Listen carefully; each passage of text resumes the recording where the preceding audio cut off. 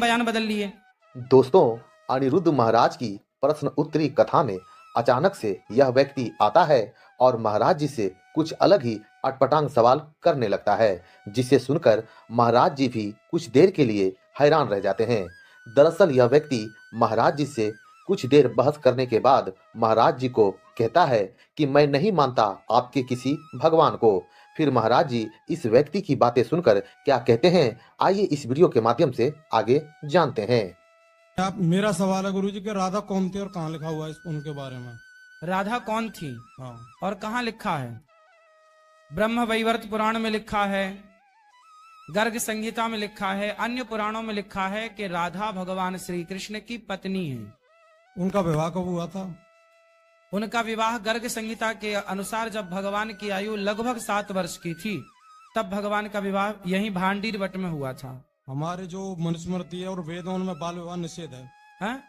मनुस्मृति में और वेदों में हाँ बाल विवाह निषेध है हमारे यहाँ पर। हाँ भाई, पहले बाल विवाह ऐसा नहीं होता बेटा। पहले विवाह हो जाता था और विवाह होने के बाद बहुत टाइम बाद विदाई होती थी। सुना है ये परंपरा? जब लड़की और लड़का मैच्योर हो जाते थे तब उनकी विदाई होती थी। सुना है ये बात अपने पूर्वजों से? सुना तो है, पर हाँ, फिर मनुस्मृति में वेदों में ऐसा लिखा नहीं हुआ है क्या नहीं लिखा कि बाल विवाह करना चाहिए। मनुस्मृति भाई, बाल विवाह की परंपरा आज बनी है। हमारे यहाँ बाल विवाह इत्यादि, हमारे यहाँ जो विवाह परंपरा थी वो विवाह टाइम से हो जाता था और टाइम से विवाह हो जाना सही भी है। आज जितने भी केस लड़का लड़कियों के भागने के हैं वो समय से विवाह ना करने के हैं।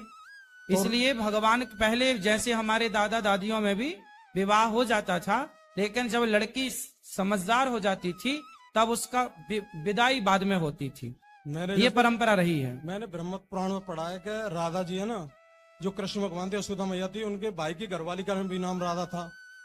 दोस्तों, वीडियो में बने रहें क्योंकि अभी और भी हैरान कर देने वाली बातें सामने आने वाली है। ये ब्रह्म पुराण में खुद मैंने पढ़ा है गुरुजी। राधा नाम तो बहुत लोगों का हो सकता है, उसमें क्या है, पर जो राधा से भगवान का विवाह हुआ वो वृषभानु नंदिनी है। पर गुरुजी महाभारत में राधा जी का कहीं नाम नहीं आता है। किसका? राधा जी का कहीं नहीं नाम ना। बेटा महाभारत पढ़े हो पूरा? हाँ। कितने श्लोक हैं महाभारत में? श्लोक तो काफी हैं। कितने?